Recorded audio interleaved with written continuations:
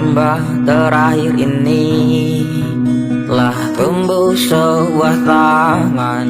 Assalamualaikum warahmatullahi wabarakatuh. Salam Indonesia, salam Bahari. Selamat berjumpa lagi di channel Ngaso Mustaqim. Kali ini ingin menyajikan Bahari bahas atau ingin membahas ya, Bahari bahas kabar Indonesia, yakni tentang gaduh Buya Syakur ya. Akhir-akhir ini kita juga dihebohkan dengan pidato atau ceramah Buya Syakur di Mabes Polri yang kemudian menimbulkan kontroversial, menimbulkan protes, menimbulkan komplain dari banyak pihak, terutama para ulama di Indonesia. Ya, kalau saya sudah amati dari awal sampai akhir ceramah Buya Syakur di Mabes Polri ini memang ada banyak kalimat ataupun pernyataan yang kontroversial, diantaranya tentang kebenaran ya, ataupun ya beliau menyatakan bahwa Nabi Muhammad SAW tidak pernah merasa paling benar. Kemudian tentang hadis Nabi yang menyatakan barang siapa yang di akhir hayatnya sebelum meninggal mengucapkan kalimat la ilaha illallah masuk surga. Menurut Buya penafsiran ini bukanlah seperti itu ya. Kemudian tentang Islam menurut Buya itu belum sempurna ya. Beliau mengutak-atik surat Al-Maidah ayat 3. Kemudian tentang konflik berdarah di masa Rasulullah, setelah wafatnya Rasulullah. Kemudian tentang Khadijah itu agamanya apa, dan seterusnya ya, sampai kepada Sayyidina Umar bin Khattab dianggap sebagai mirip Hitler atau Nazi yang mengusir orang-orang Yahudi. Mungkin untuk jelasnya saya cuplikan dulu ini potongan-potongan dari ceramah Buya Syakur supaya kita tidak gagal paham dan tidak salah paham. Nanti setelah itu kita uraikan tentang komplain atau upaya pelurusan dari para ulama lain ya. Silakan kita simak.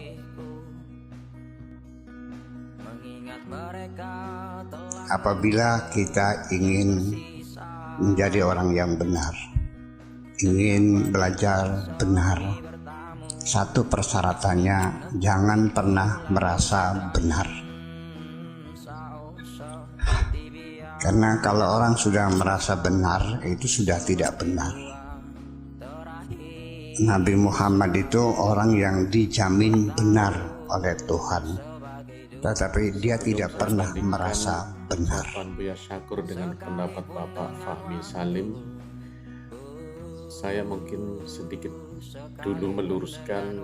Kayaknya sih yang dimaksud Pak Buya Syakur itu adalah bahwa Nabi Muhammad tidak pernah merasa paling benar. Ya, walaupun beliau menyampaikannya Nabi Muhammad tidak pernah merasa benar. Soalnya kalau tidak pernah merasa benar ini kan menjadi rancu juga ya, karena tidak mungkin seorang penyampai kebenaran tidak pernah merasa benar. Menurut pendapat Fahmi Salim, nampaknya beliau ini sebenarnya bukan mengkomplain kalimat bahwa Nabi Muhammad itu tidak pernah merasa paling benar, tetapi kata beliau yang pertama yang menjadi kontroversial Bapak atau Kiai atau Buya Syakur adalah menyampaikan di menit kedua ya, yakni Nabi Muhammad tidak pernah merasa paling benar. Menurutnya untaian ini merupakan paham kebenaran relativisme. Sebagaimana diketahui, hukum relativisme yakni tidak ada kebenaran mutlak. Pemahaman ini sangat berbahaya kalau ditarik ke dalam masalah yang sudah menjadi aksioma dalam Islam tentang hakikat hukum, tentang hakikat rukun iman, hakikat rukun Islam, hakikat ihsan, nilai-nilai universal, bidang syariat yang sifatnya qat'i atau pasti, yang tidak ada ijtihad di dalamnya. Fahmi mengatakan Allah memberi petunjuk bagaimana kita meraih kebenaran, ada panduannya. jelas dirinci dalam Al-Quran dan Sunnah Nabi Muhammad SAW. Ia mencontohkan bagaimana operasional zakat, ya, operasional eh, haji, operasional sholat, operasional akhlakul karimah, nilai keadilan, kesetaraan, dan lainnya, semuanya berasal dari pemahaman prinsip yang tidak bisa diganggu-gugat. Jadi kebenaran itu ada yang mutlak, dan kebenaran itu bisa kita raih. Misal dengan penjelasan ayat Allah dalam Al-Quran atau dalam penjelasan Nabi Muhammad SAW mengenai hadisnya. Jelas Ustaz Fahmi. Nampaknya Ustaz Fahmi khawatir jangan sampai kalimatnya Buya Syakur ini akan menjurus pada satu titik bahwa ya mungkin saja semua agama itu benar dan sejenisnya. Untuk hal kontroversial yang kedua, yakni tentang Nabi, tentang hadis Nabi yang menyatakan bahwa barang siapa yang di akhir hayatnya sebelum meninggal mengucapkan kalimat la ilaha illallah masuk surga, maka mari kita dengar penyampaian Buya Syakur. Jadi dengan demikian ide besarnya Nabi Muhammad itu untuk membangun persatuan. La ilaha illallah sebagai simbol bahwa kita adalah dalam kesetaraan. Tetapi kemudian dalam perjalanan peradaban umat Islam ini bergeser menjadi ucapan la ilaha illallah menjadi kunci untuk masuk surga. Memang Nabi menjamin barang siapa yang mendukung persatuan dijamin masuk surga, mendukung persatuan. Sekarang menjadi barang siapa yang akhir ucapannya sebelum meninggal mengucapkan la ilaha illallah masuk surga, menjadi tidak masuk akal. Masa masuk surga dengan ucapan? Memangnya film Barbie? Memangnya film Aladdin? Jadi yang dijamin masuk surga yang mendukung Nabi dalam rangka membangun persatuan.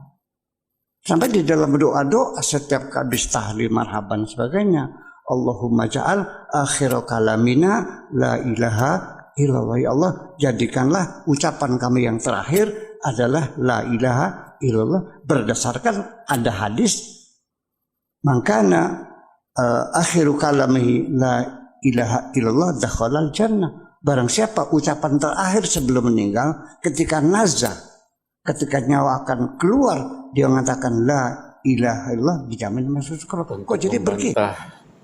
Pendapat Buya Syakur ini, Ustaz Fahmi Salim menjelaskan bahwa kalimat la ilaha illallah itu bukan eksklusif Islam, tapi dia adalah kalimat pemersatu umat manusia.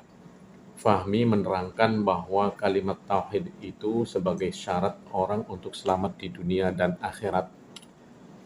Jadi kunci masuk surga itu kalimat la ilaha illallah, ujarnya. Meskipun begitu, ia tidak menampik kalimat tauhid sendiri mengandung makna mempersatukan. Tapi mempersatukan apa? Yakni mempersatukan kesaksian terhadap keesaan Allah Subhanahu wa Ta'ala. Fahmi menduga yang dimaksud Pak Syakur atau Buya Syakur itu mempersatukan semua agama. Kalau itu yang dimaksud, maka Buya Syakur sedang mengarahkan ke pemahaman pluralisme agama. Ujungnya ingin mengatakan semua agama itu benar. Di sini dia mendorong umat Islam untuk apa? Untuk mengakui dan membenarkan paham pluralisme agama. Seraya mengartikan hadis Nabi, siapa yang mendukung persatuan agama-agama, maka dia akan masuk surga. Jika yang dimaksud ini kejahatan akidah. Untuk mempertajam sanggahan dari Ustaz Fahmi Salim, saya juga ingin menyampaikan salah satu hadis yang diriwayatkan oleh Ahmad dan Tabrani, bahwa dari Abu Hurairah radhiyallahu anhu berkata, Rasulullah Shallallahu Alaihi Wasallam bersabda, perbaharuilah keimanan kalian. Ditanyakan, ya Rasulullah, bagaimanakah kami memperbaharui iman kami? Nabi menjawab, perbanyaklah mengucapkan la ilaha illallah. Nah, ini Syekh Maulana Muhammad Yusuf Al-Kandahlawi mengatakan bahwa mengucapkan la ilaha illallah itu merupakan zikir yang paling utama. Hal tersebut, kata beliau, sesuai dengan hadis Rasulullah dari Jabir bin Abdullah. Ia berkata, aku mendengar Rasulullah SAW bersabda, zikir yang paling utama adalah kalimah la ilaha illallah dan doa yang paling utama adalah alhamdulillah. Hadis riwayat Tirmidzi. Begitu utamanya kalimat tauhid ini sampai-sampai kata Syekh Maulana bisa memasukkan seorang pendosa ke dalam surga jika di akhir hayatnya orang itu mengucapkan kalimah la ilaha illallah. Hal ini kata Syekh Maulana sesuai hadis Rasulullah dari Abu Dzar radhiyallahu an. Ia berkata, Nabi SAW bersabda, jika seorang hamba mengucapkan kalimah la ilaha illallah lalu ia mati di atas kalimat tersebut, maka pasti masuk ke dalam surga. Aku berkata, meskipun ia berzina dan mencuri. Nabi SAW menjawab, meskipun ia berzina dan mencuri. Pertanyaan sama ini disampaikan Abu Dzar sampai 3 kali dan Rasulullah menjawabnya dengan jawaban yang sama. Meskipun ia berzina dan mencuri, meskipun Abu Dzar sendiri tidak menyukainya. Hadis riwayat Bukhari. Saya sendiri selama ini memaknai hadis-hadis Nabi tentang la ilaha illallah itu seperti ini. Ada dua pemahaman yang saya pahami. Yang pertama adalah memang berzikir kalimat la ilaha illallah itu namanya zikir itu kan ada yang menyebutkan ada zikir jahar ya, keras, dengan kalimat, dengan kata-kata yang jelas la ilaha illallah, la ilaha illallah. Ada juga zikir yang sirri, zikir yang pelan-pelan, ya dengan lirih, suaranya pelan, hanya kita sendiri yang dengar. Tapi ada juga zikir kolbi, zikir dalam hati. Pokoknya namanya zikir itu, tapi kalimat itu tetap diucapkan apakah keras ataukah sirri, pelan-pelan, ataukah dalam hati, tapi kalimat la ilaha illallah itu diucapkan. Kenapa kita harus memperbanyak mengucapkan atau zikir kalimat la ilaha illallah? Itu diharapkan kalimat itu semakin hari semakin masuk ke dalam relung hati kita, ke dalam kolbu kita, ke dalam jiwa kita, sehingga kalau jiwa kita, hati kita sudah dipenuhi dengan kalimah la ilaha illallah, insya Allah nanti gerakan-gerakan kita itu semuanya terpancarkan dari kalimah la ilaha illallah itu. Ya, karena kita tahu ada hadis lain bahwa inna fil jasadi mudghatan idza soluhat soluhal jasadu kulluhu fa idza fasadat fasadal jasadu kulluhu. Kata Nabi di dalam diri manusia ada segumpal daging, baik maka baiklah seluruh anggota tubuhnya, dan ketika segumpal daging itu jahat maka akan rusaklah seluruh anggota tubuhnya. Ala wahyal qalbu, ingatlah segumpal daging itu adalah hati.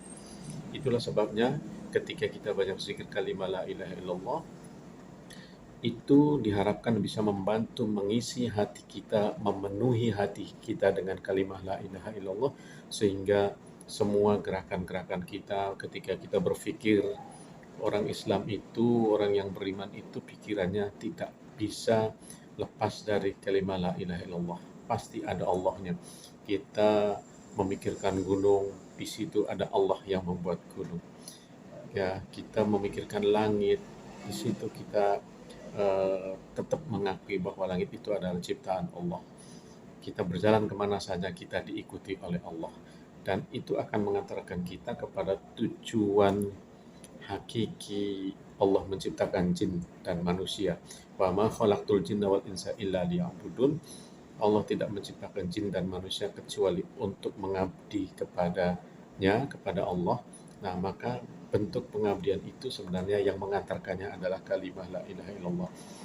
Sebab kita, gerakan kita mencari nafkah, kita sholat, kita puasa, Pokoknya apakah kita beribadah mahdoh ataukah ibadah khairu mahdoh, jangan lupa tujuan kita hanya kepada Allah semata-mata, hanya mencari ridha Allah, dan itu diantarkan dengan kalimat la ilaha illallah, sebab Tuhan kita, tempat mengabdi kita hanyalah Allah semata-mata.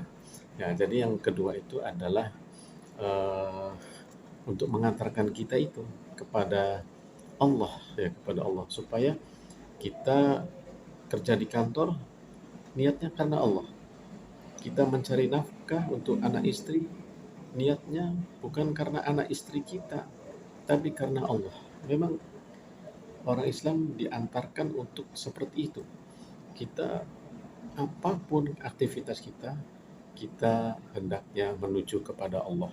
Dan kalimat la ilaha illallah itu sebagai lambang menyatukan gerak langkah kita untuk menuju kepada Allah saja. Wallahu a'lam, kalau memang penafsiran ini juga ada yang membantah, tapi pemahaman saya tidak salah juga, memang harus melalui kata-kata, tetapi dari kata-kata itu diharapkan masuk ke hati, dan dari hati diharapkan memancarkan ke seluruh aktivitas dan gerak kita. Baik, kita lanjutkan untuk hal kontroversial yang disampaikan Buya Syakur yang berikutnya. Mari kita saksikan lagi. Ini 23 tahun selesai.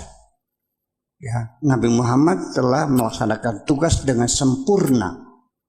Al-yawma akmaltu lakum dinakum wa atmamtu alaikum ni'mati wa raditu lakumul islama dinan. Ini ayat ini isinya menyatakan bahwa Nabi Muhammad telah melaksanakan tugasnya sebagai Rasul dengan sempurna.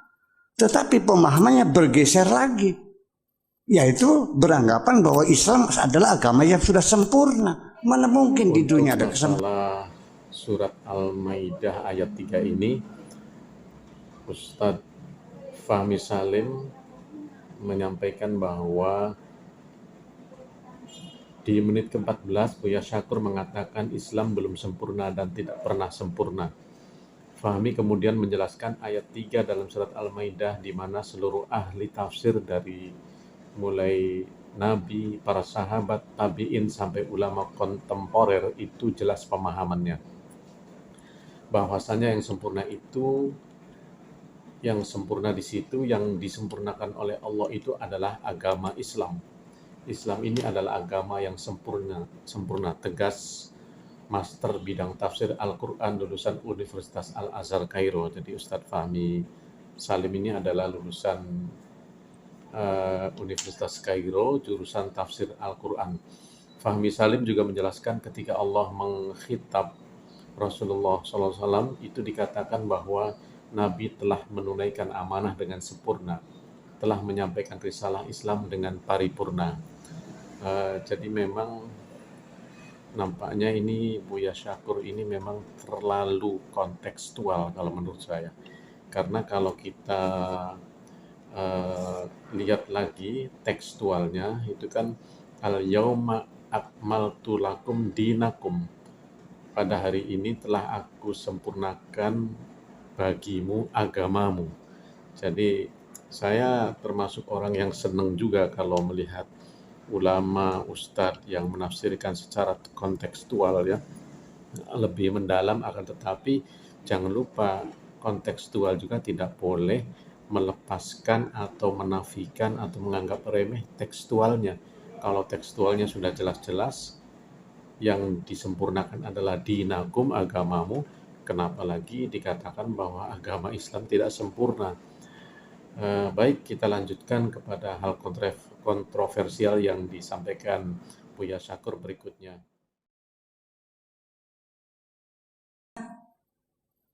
Begitu indahnya, begitu suksesnya Nabi membangun persatuan dalam waktu 23 tahun. Ini tidak pernah terjadi di dunia, membangun persatuan dalam 23 tahun selesai. Ternyata ketika Nabi meninggal dunia, Bapak-bapak sekalian, persatuan yang dibangun dengan jerih payah, dengan darah dan keringat, pada detik pertama Nabi meninggal dunia sudah pecah kongsi. Sampai Nabi juga tidak ada yang mengurusi kafannya. Mengapa? Kepentingan di situ bermain. Ya, antara yang mendukung Abu Bakar dan mendukung Sayyidina Ali. Dan permusuhan itu sampai sekarang berlanjut. Baik di Yaman, baik di Syria, maupun di Irak dan sebagainya. Di Indonesia belum, tapi bisa berpotensi akan terjadi juga. Ketika kedua yang berusaha itu berkembang terus gitu. Antara Sunni dan Syi'i, antara Syiah dan Ahli Sunnah, semacam itu.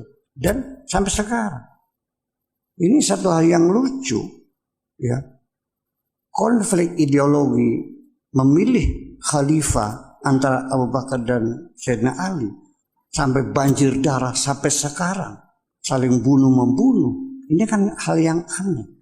Sekarang kita sudah tidak berkepentingan dengan urusan Syiah dengan Ahli Sunnah. Kita sudah tidak kenal orangnya. Saya bukan anak cucunya kok. Ya kenapa masih kita terus kalau konflik itu?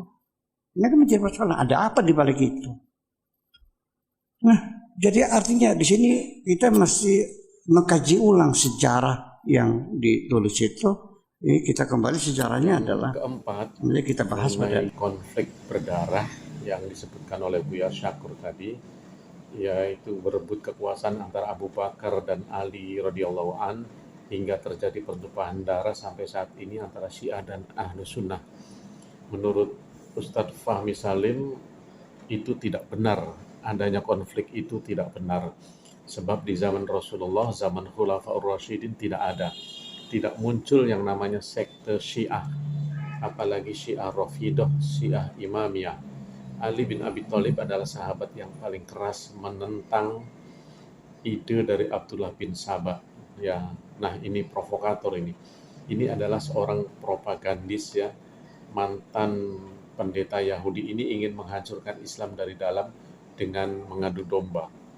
Ya, ditegaskan juga oleh Ustadz Fahmi Salim jika perseteruan bukan semata-mata konflik akidah antara Ahlussunnah dan Syiah ini, tetapi adanya penyimpangan dari Al-Quran.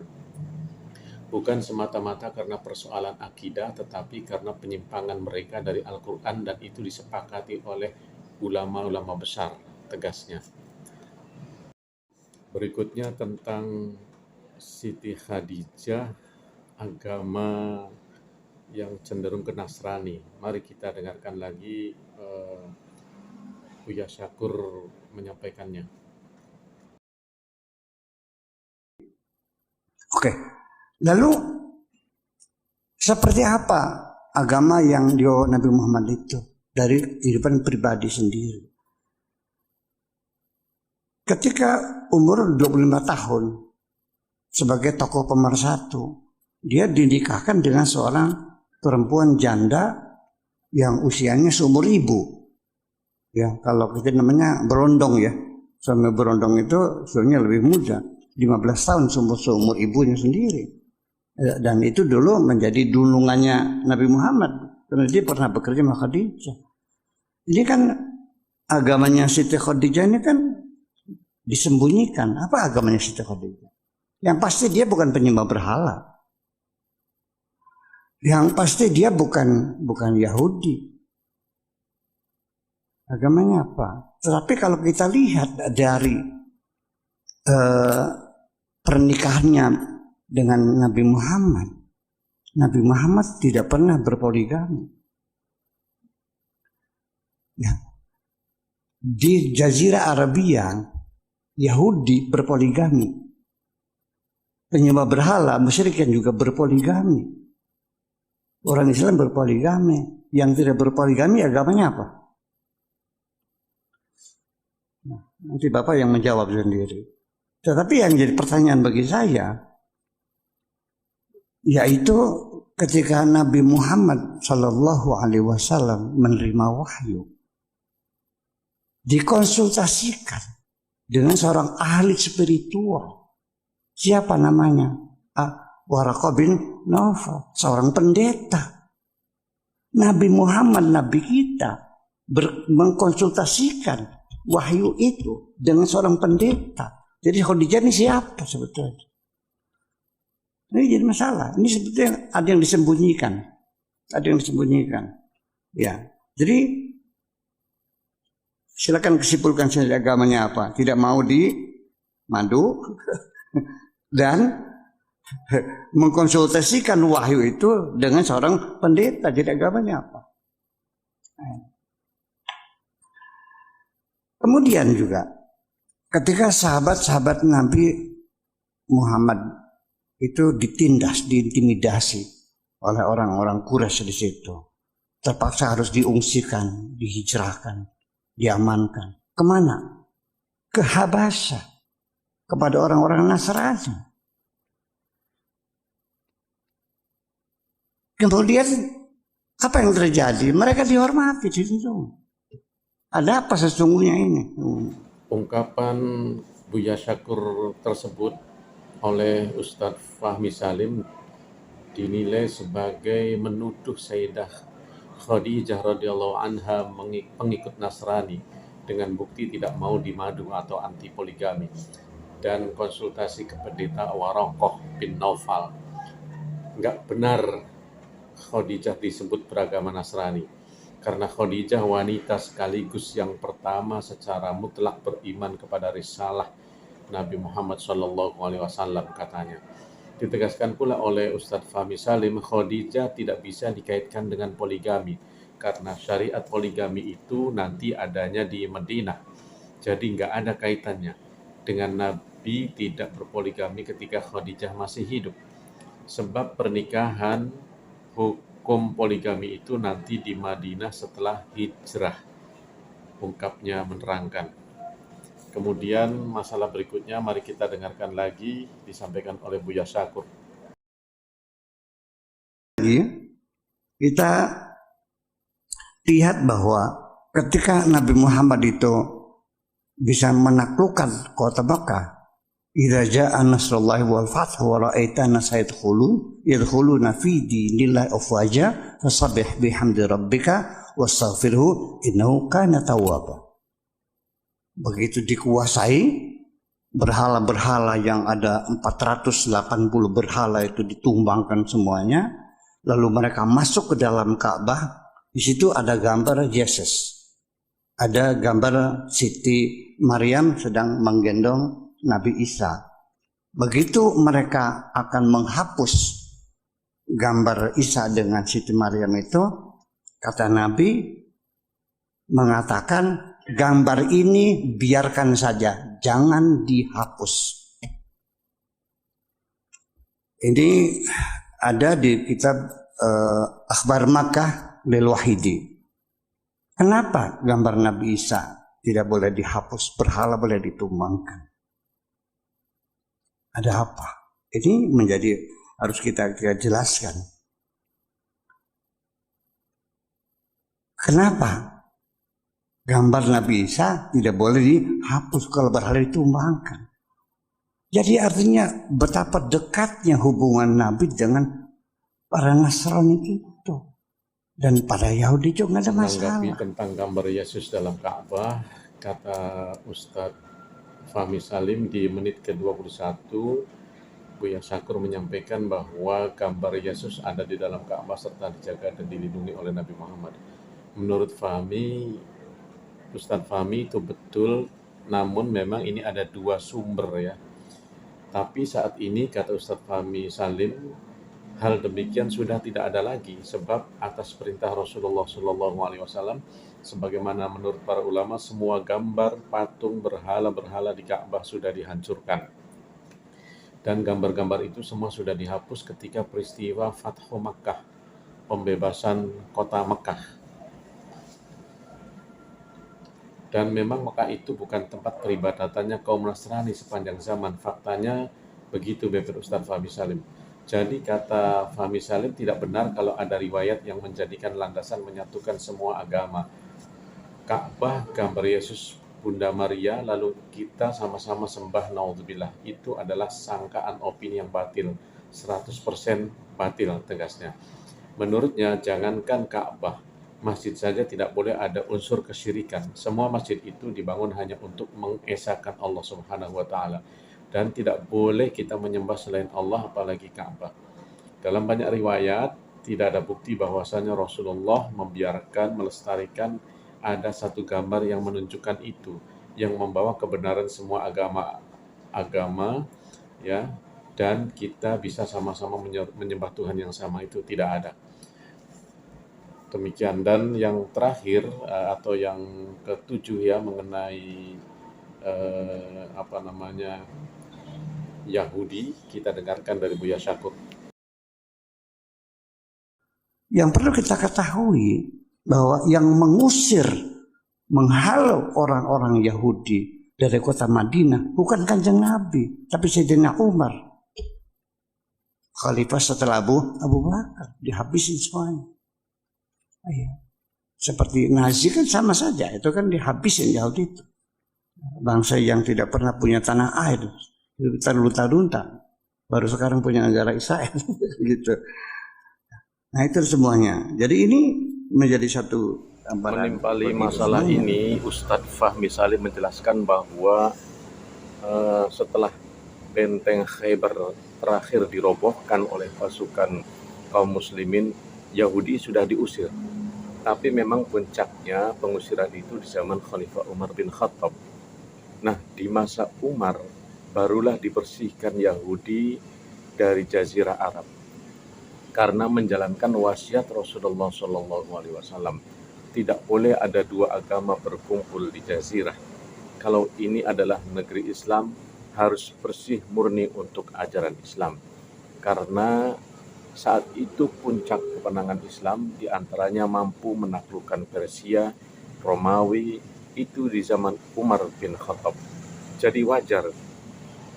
Jadi tidak ada kaitannya dengan Nazi, Hitler dan lain sebagainya timbulnya. Terus yang ke-8, ini menurut Ustadz Fahmi Salim, pernyataan kontroversi Buya Syakur itu ada di menit ke-27, 29, 31, 35, 37, 38, 39, 40, dan 41. Itu semua soal bersilap lidah, akar kata etimologi kafir yang tidak menunjukkan keluar dari agama Islam atau tidak bersyahadat atau bersaksi. Ini menurut Ustadz Fahmi Salim sebagai perang terminologi dan perang istilah saja. Sebagaimana banyak orang dilarang mengatakan kafir kepada non-muslim, seolah-olah kafir itu hanya untuk orang musyrik dan itu hanya zaman jahiliyah sebelum Rasulullah SAW datang. Padahal sambung Ustadz Fahmi Salim, dalam Al-Quran surat Al-Bayyinah orang kafir itu dibagi menjadi dua, ada ahlul kitab dan ada orang musyrik. Begitu juga dalam Al-Baqarah ayat 105. Jadi Yahudi dan Nasrani itu disebut kafir juga menurut Ustadz Fahmi Salim. Islam dan Al-Quran sangat kuat dalam masalah terminologi, tidak bisa dirubah dengan keinginan subjektif. Kemudian di bagian akhir Ustadz Fahmi Salim menegaskan bahwa inti dari semua isi ceramah Buya Syakur Yasin tersebut adalah untuk menetralisir akidah Islam, bahwa Islam itu adalah satu-satunya agama yang benar, satu-satunya agama yang dirahmati Allah Subhanahu wa taala, berbeda dari ahlul kitab, berbeda dari Yahudi dan Nasrani katanya.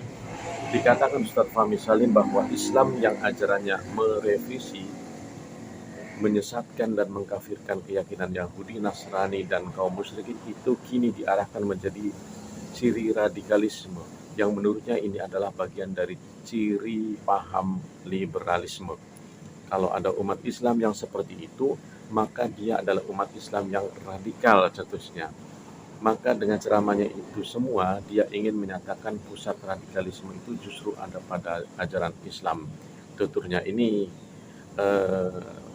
tentu saja ini adalah pendapat Ustadz Fahmi Salim ya, mengenai kontroversi yang disampaikan oleh Buya Syakur di Mabes. Tokoh lain juga ada yang menanggapi kontroversial yang disampaikan dari Buya Syakur ini, antara lain adalah Syekh Muhammad Najih ya, yang saya cuplik atau saya kutip dari www.ribatdarussolihaini.com.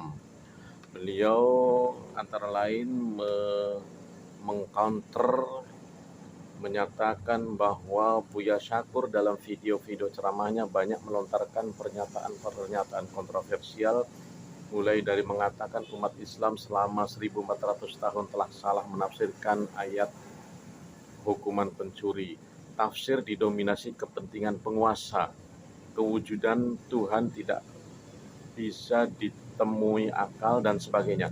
Karena lagi-lagi menggelontorkan isu-isu yang berpotensi kuat memperkeruh kondisi umat Islam. Maka Abah Najih atau Syekh Muhammad Najih angkat bicara untuk menanggapi pernyataan-pernyataan Buya Syakur tersebut. Ya, berikut kutipannya ya. Tadi saya membuka WA, saya dikirim oleh teman saya Habib Miqdad Baharun. Ada ceramah dari orang yang dijuluki Buya Syakur, mungkin orang Cirebon atau Indramayu. Dia pidato atau pengajian mengatakan umat Islam selama 1400 tahun tersesat atau melakukan salah tafsir terhadap ayat wasyariq wasyariqatu faqta'u aydiyahuma. Artinya pencuri laki-laki dan pencuri wanita, maka potonglah tangan-tangan mereka. Surat Al-Maidah, ya, Quran Surat Al-Maidah ayat 38. Katanya umat Islam salah tafsir mulai dari sahabat, madzhabul arba'ah, fuqaha, dan seterusnya. Na'udzubillah min dzalik. Sampai begitu bodohnya orang yang dinamakan Buya itu. Dalam video itu dia kayaknya alumni dari Tunisia. Negara Tunisia itu memang negara Arab, tapi hukumnya atau negaranya sekuler. Mungkin dia baca-baca buku orang sekuler dan anti syariah sampai bilang 1400 tahun umat Islam salah. Dia bilang menurut saya bukan saja menyalahkan sahabat, madzhabul arba'ah atau fuqaha mujtahidin yang semuanya ijma, pencuri dipotong tangannya. Semuanya setuju bahwa pencuri dipotong tangannya. Berarti dia barangkali tidak baca kitab fikih di pesantren, tidak baca Fathul Qorib, Fathul Mu'in, atau sudah baca tapi dia mengingkari karena dia mungkin sudah kemasukan paham sekuler. Begitu tanggapan Syekh Muhammad Najih.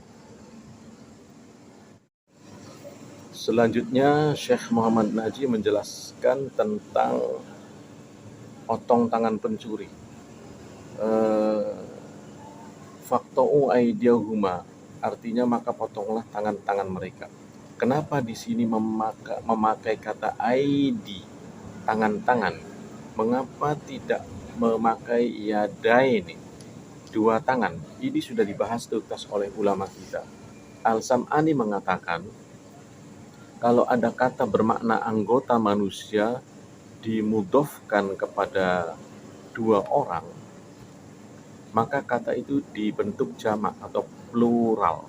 Biasa orang Arab begitu. Jadi kata al-sariq itu bukan pencuri satu, tapi jenis pencuri laki-laki, dan sariqah itu pencuri perempuan. Ada lagi qiraah dari Abdullah bin Mas'ud, faqta'u aymanahuma, maka potonglah tangan kanan mereka. Al-Maidah ayat 38. Qiraah ini menolak keraguan dia, tangan yang dipotong itu yang kanan apa kiri. Kalau di hadis-hadis jelas yang pertama dipotong yang kanan. Kalau dia berkata yang dicuri berapa tidak ditentukan di Al-Quran. Lah, itu ada hadisnya.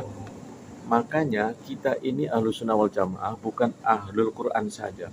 Kalau Al-Quran saja bisa jadi Khawarij. Khawarij itu ada yang kuno, ada yang baru. Khawarij baru ya liberal. Ya liberal itu. Begitu juga sekuler itu masuk Khawarij baru. Jadi kalau Khawarij dulu saling mengkafirkan kelompok-kelompok yang tidak mau ikut dia. Maka Khawarij baru ini membodoh-bodohkan ulama, sahabat, bahkan Nabi Muhammad SAW. Membodohkan Aisyah seperti kasus Muwafiq. Na'udzubillah min dzalik. Membodohkan Aisyah berarti membodohkan Kanjeng Nabi. Ya kayak main karambol. Kufurnya orang sekarang itu seperti karambol. Di dalam Sahih Bukhari Muslim ada juga riwayat pencuri dipotong tangannya. Kok dia mempermasalahkan qat'i itu belum tentu maknanya memutus. Memang ada ya yang tidak memutus seperti qat'u tarik. Itu begal artinya. Tapi dia menghalang-halangi memutus jalan, akhirnya orang takut. Dia preman di jalan, akhirnya jalanan sepi. Dalam hadis-hadis juga diterangkan bahwa kata yad, tangan itu dari pergelangan, bukan dari siku, lengan, apalagi pundak. Jelas tidak. Ini sudah maklum bagi kita Ahlussunnah wal Jamaah. Kita tidak tendensi hanya Al-Quran belaka. Tidak seperti Khawarij. Khawarij itu macam-macam. Ada yang kuno dan ada yang baru. Di dalam hadis diterangkan pula potong tangan itu syaratnya harus 1 nisab, yaitu 1/4 dinar atau 3 dirham. Nah, maksudnya yang boleh dipotong tangannya itu ukurannya segitu yang dicurinya. Walhasil kita harus percaya dengan Al-Quran yang mujmal, global, dan diperinci oleh sunnah Rasul Shallallahu Alaihi Wasallam. Bahkan ada riwayat Tirmizi yang menyatakan didatangkan seorang pencuri kepada Rasulullah Shallallahu Alaihi Wasallam, dipotong tangannya lalu diperintahkan agar digantungkan tangan si pencuri di lehernya. At-Tirmizi As-Sunan Juz 6 halaman 23. Setelah dipotong tangan, setelah dipotong tangan pencuri digantungkan pada lehernya supaya kapok. Supaya orang melihat akhirnya tidak berani mencuri. Ini saking adilnya syariah Islam. Ada hadis lagi yang artinya jika seseorang mencuri maka potonglah tangannya, lalu jika ia melakukan lagi maka potonglah kakinya. Jangan potong tangannya yang lain.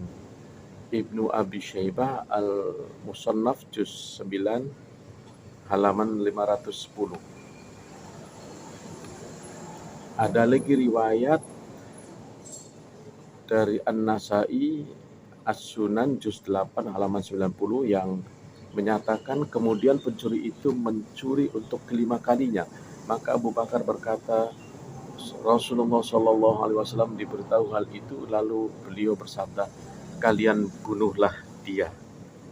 Ya. Ini saya jadi teringat pada puisi saya, puisi anti korupsi. Ya kalau mencurinya dengan tangan, ya dipotong tangannya. Tapi kalau mencurinya dengan otak, ya tangannya sudah dipotong, kaki sudah dipotong, otak masih jalan, masih bisa mencuri, dan dibunuh aja, hukum mati begitu. Demikianlah diantara yang disampaikan oleh Muhammad Najih dalam mengklarifikasi atau membantah yang disampaikan oleh Buya Syakur. Dalam www.faktakini.info Selasa 2 November 2021 ada informasi bahwa Kiai Muhyiddin minta MUI panggil Buya Syakur karena ceramah menistakan agama Islam. Wakil Ketua Dewan Pertimbangan Majelis Ulama Indonesia, Kiai Haji Muhyiddin Junaidi menilai isi ceramah Kiai Haji Abdul Syakur Yasin di Mabes Polri 5 bulan lalu yang viral pada beberapa hari terakhir di media sosial telah memenuhi kriteria penistaan agama Islam. Nah loh, isi ceramah Prof. Syakur Yasin dengan tema sentral moderasi beragama sudah memenuhi kriteria penistaan agama Islam, ungkap Kiai Muhyiddin dalam keterangan tertulisnya Selasa 2 November 2021. Menurut Kiai Muhyiddin, Buya Syakur seakan mengutamakan akal dan logika saja dalam menafsirkan ayat dan hadis Rasulullah, tanpa disadari bahwa ia telah terjebak dalam irama para dedengkot sekularis dunia, baik dari barat maupun timur, kata mantan Waketum MUI itu ya. Atas hal ini, Kiai Muhyiddin meminta MUI dan Ormas Islam untuk segera mengambil tindakan tegas dengan melaporkan resmi kepada kepolisian. Ia menyarankan agar tim advokasi umat Islam harus diperkuat dengan para pakar agar kasus penistaan ini cepat direspon dan diselesaikan demi menghentikan kegaduhan politik. Pengurus Muhammadiyah ini juga meminta lembaga negara dan umat Islam tak memperuncing situasi dan suasana. Sebagai negara hukum, kita menghormati proses hukum yang berlaku, kata dia.